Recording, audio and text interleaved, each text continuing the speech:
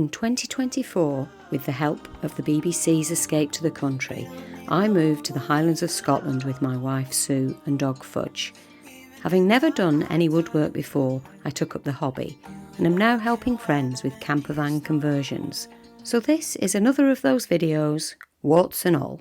Good morning. So for those of you who've been following along, I've got a name for it now, Kath's Campervan Conversions. Unique, never perfect. I don't know if it'll ever catch on. But anyway, my friend's dropped her van back off today and I've got it for a few days now, so I'm hoping I can make some reasonable progress. If you haven't seen it, I did a part 1 of this where I'm starting to build a rear lounge for her van. And this is her day-to-day transport, so we're having to do it in little bits and pieces. And she's been away and the van broke down. So this was something I was due to get on with a few weeks ago, but haven't been able to do it. But we've got it back. She's also bought a fridge, which I will take out for now, but this will be built into a kitchen cabinet at some point. And she's also bought a portapotty, which we'll also be finding a little space for in the build. But the first things first, I'm going to get back to the original bit, which is building the rear lounge. In the last video, I'd built out the frame and the sides for the benches that run either side of the van. I'd also scribed out some thin sections of the top so they were flush with the sides of the van. So now it was time to measure up for the tops for both of the side benches. And then of course cut them as well.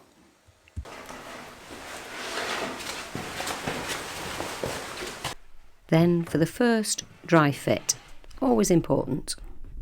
Okay, before I go any further, these are the hinges that I've bought in a packet at the moment. So I want to try these.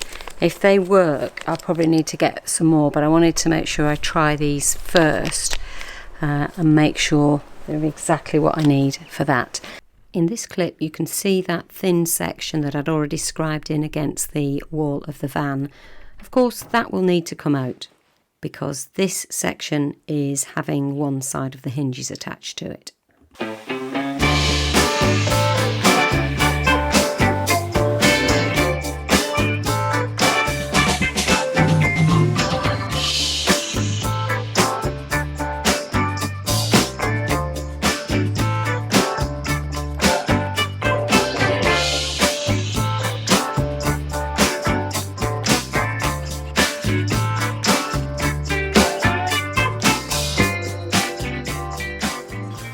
These hinged surfaces are not only going to be accessed for storage, but they're actually going to double up as a bed, so they need ventilation.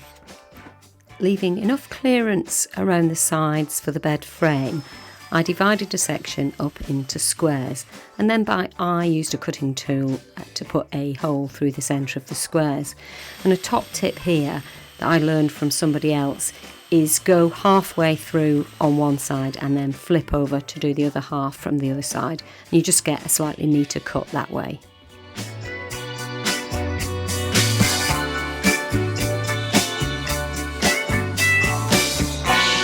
Then it's a case of sanding down both surfaces. I used an orbital sander.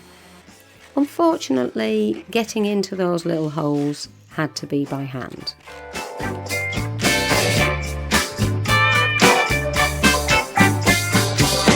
I used some shims to give me some even spacing along the length of the board and then screwed the hinges into place.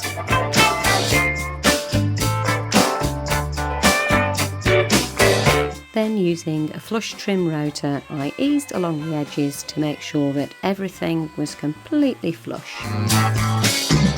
Then finally worked the edges with the sander just to make them a little less sharp.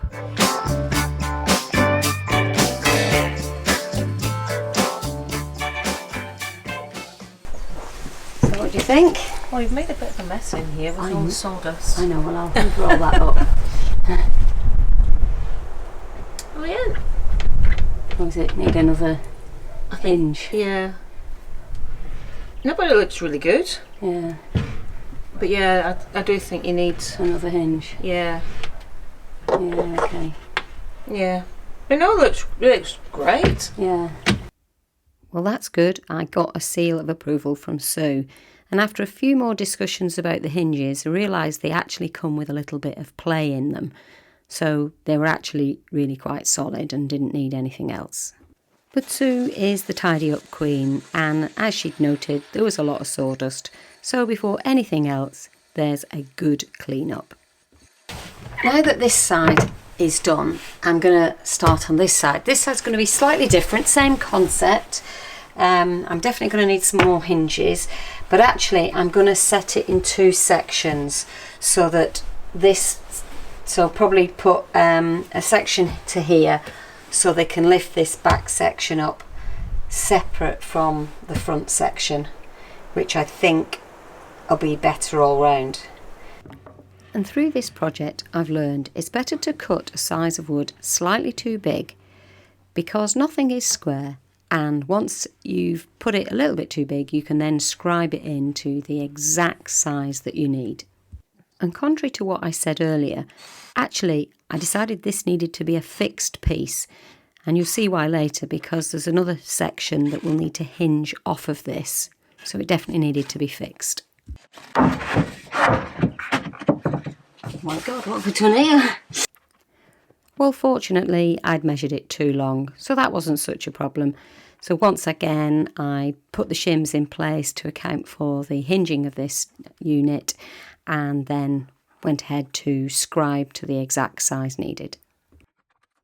Then another new experience of something I've never tried before, and that was to make indentations for the hinges using a router.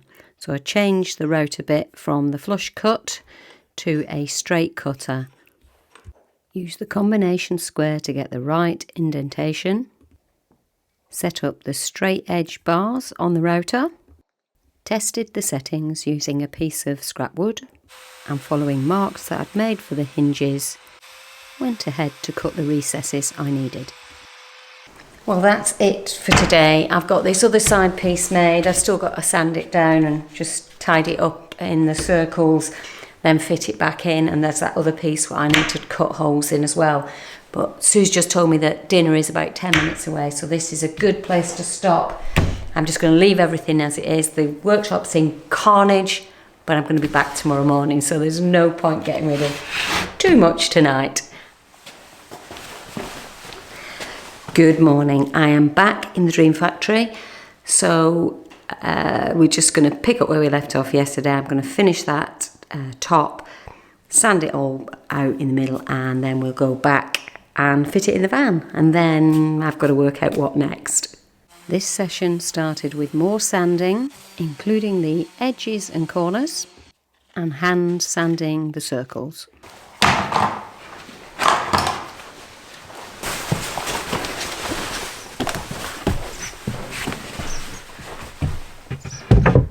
With that new section positioned in place, it was time to remove the fixed one, because guess what, that needs holes as well. I marked out the clearance once again using the combination square, marked out a grid of squares within the inner section, and just by eye positioned the drill cutter within the middle of these squares. And whilst I shouldn't really be surprised at all, it is quite amazing how much sawdust is generating using these cutters, and I found it was necessary to do a clean up after each side.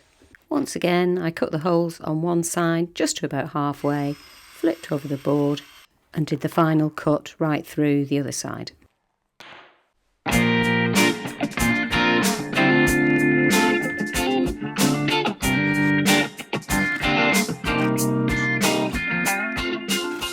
Next, I'm going to clear this bench again, make it sure it's all tidy, and then I'm going to cut some lengths of 6mm strips of ply, and they're going to act as a little shelf to be able to put the middle sections in for the bed.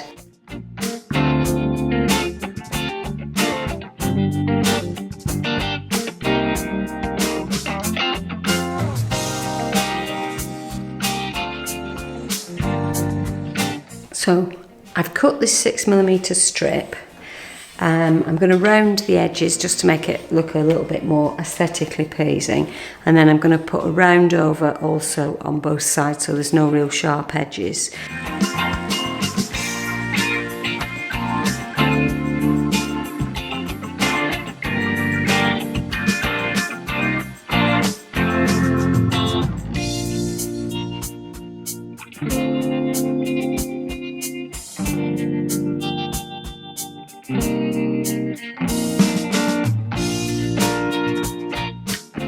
Well, I've had an annoying little problem here because I've put the screws in this. I'm probably going to glue it as well. At the moment it isn't, but I want to make sure that my friend is happy with this and the design of it, because once it's glued in place, that's it, it sticks. But where I've tried to put one of the screws in here, there's a screw directly underneath it, so it's completely hit on it. And I can't get that top one in. I hope she's going to paint it, because if she paints it then I can just fill that and you'll never know. But that's an annoying little problem, and obviously I'll want to strengthen that with probably another screw there. But if it's glued it'll be fine, but just want to make sure she's happy with this before I glue the whole thing into place. And hopefully you can see what I've got here is this ridge. I'll try and bring you a little bit closer. And what you've got here is this little ridge which will act as a shelf for the section of wood that will come across here. So now I'll do the corresponding section for the other side, and then we can start scribing out the bits to sit across the middle. Despite all the measuring, these things never fit first time, but always make them a little bit bigger and then you can nip them in to get the perfect fit. Yes, look at that. Well, that's me for now, maybe even for the day, but definitely for now, because I've got some ranger duties to go to and I need to quickly get myself a bite to eat before I go, or else I'll be starving. Good morning. Now, pretty good progress made yesterday. There's just a couple of bits to make the final part of this bed, and I'm hoping between today and tomorrow I'll be able to finish. So this section is the section that I'm going to hinge, but there's another section that needs to go in the middle there. So it's exactly the same method. I'm not going to film it. I'll just get on and do that. And then finally, I've got a section which will go at the end there but is removable, and that will be a box to cover the portapotty. So with a bit of luck, between today and tomorrow I'll be able to finish that, and then my friend needs to take her van back. So let's get on and do that, and I'll bring you back when I start making that box. Now, I said I'd bring you back when I start to build the box, which is going to be here. These is all the separate parts of the bed complete, but here we need a support. And because this is going to be a removable piece, I need a removable leg. Now, I have seen a way of doing it, so I'll take you into the workshop and show you what my plans are, and hopefully that'll work. This is what I bought for that supportive leg. So it's that, I don't know if you can see that I just will hammer in. So I'll have to drill a hole just a bit bigger than that. I'll hammer that in from the top, and then I'll drill some of that into a piece of leg that I make and plant that in the middle, and then if you imagine the leg on the end, you'll be able to screw it through the hole and into that. So hopefully that'll do the job. This job started with cutting a section of 2x2 for the leg, finding the centre point of one end and drilling a hole vertically down into that end. Then marked it up for the right length needed to screw into the plyboard. Then, using the angle grinder, which is my most terrifying tool, to cut off that section of bolt. I used some 2-part epoxy glue to put into the hole and secure the bolt. Then it was just a case of wiping off the excess glue and clamping it up to cure. So I'm just going to leave that clamped up now. In the meantime, I used a cut off of the 2x2 to work out the position of the leg and then the centre point ready for drilling.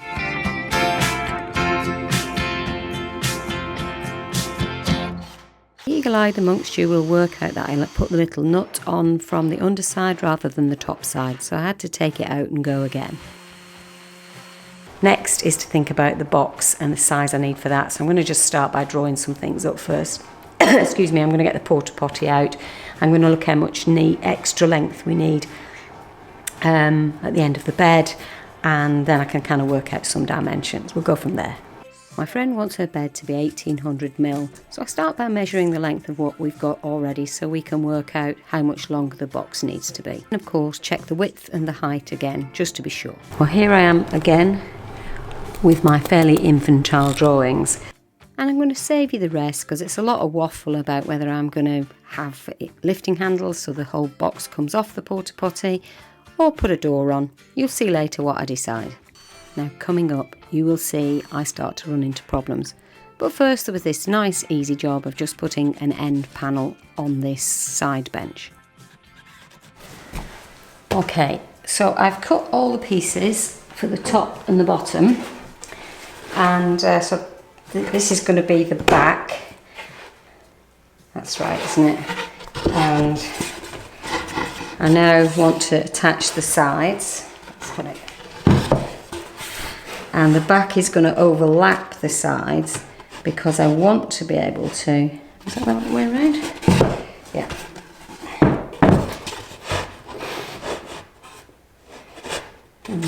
Okay, I haven't got that right, have I?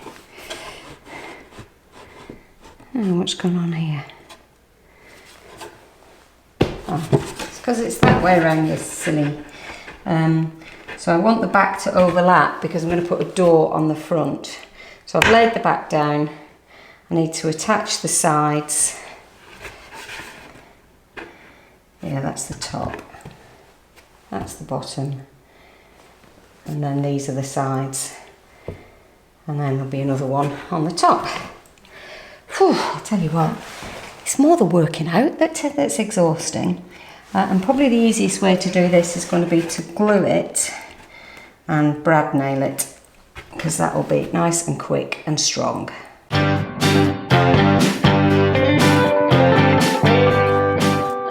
Now, because of the way I'm making this and I'm going to have a door on it, I'm going to need to insert the top. Rather than sit it on top, it's going to have to be inside. So I'm going to put a 15mm marker all the way around, and then I can put some batons inside, secure the batons, and then the top can sit on that. I've maybe not done it the right way around, because ideally you'd want the top on, but because of the way I was doing the door, do you know, I just don't know. I've probably not done this. I've not thought about it properly. I'll come back to you.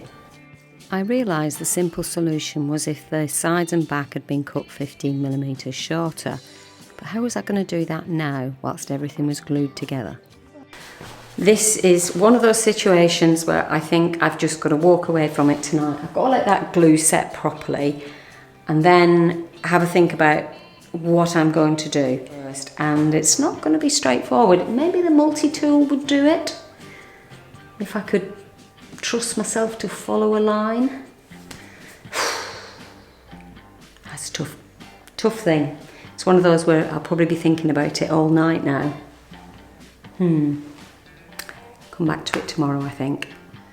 Having made this very grave error, I've decided the only thing I can really do to make this good again is to shave off 15mm all the way around. Now this is not going to be easy, but using this sawhorse, I think I'm going to be able to get the jigsaw, and I'm just going to have to try to follow that line as best as possible all the way around. And when it gets to the corners, I think I'm going to have to use the multi-tool. So I decided to go for it with a combination of the jigsaw and the multi-tool. Well, after all that pondering and faffing, I think I've come up with something which is going to be even better. Because what I don't want to do is cut into another sheet, because I've still got the kitchenette to build. That's why I've been worrying about it so much. But anyway, this fits perfectly here. Unfortunately, the top that I've cut is now too small. But behind that, there is room.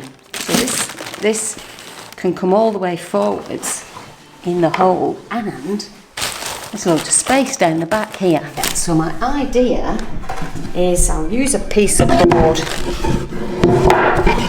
make the top, and I'll use another piece, which you can see here, down the back. I'll put a little hinge on, so there's access to storage. So I have reached a point now where I really am going to finish for the day. It's 8:30, my goodness. And I'm going to finish this off tomorrow. And it shouldn't take too long now that I've solved the problem. The following morning, I set about finishing off the box. First, a support piece for that fourth side. And it was my plan to use pocket hole joinery because this makes a strong bond which is invisible.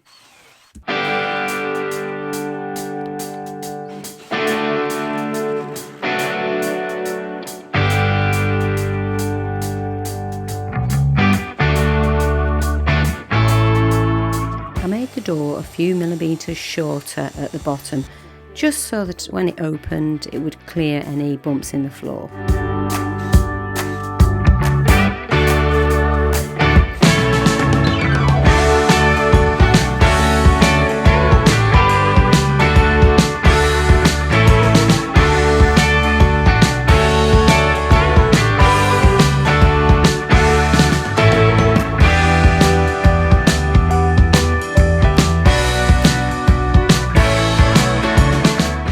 Seem to have reached a natural finish point. One, because it's lunchtime, and two, because we've got friends arriving, so I won't be doing much more. But I'll just show you how I finish this. This is going to be hinged. I haven't got the hinges yet, but I'm going to hinge it here, and down the back of here there's an extra little bit of storage. And I actually added a little shelf with a lip at the back here, so things like toilet chemicals can be stored down here. That'll be it, I think, for today. And then the van's going back. Next time, I'll be putting the kitchenette in. But for now, almost done. Well, I enjoyed making that. I hope you enjoyed watching. Please don't think I'm some kind of expert woodworker. I am learning as I go, but having a lot of fun. So thank you so much for watching, and hopefully I'll see you next week.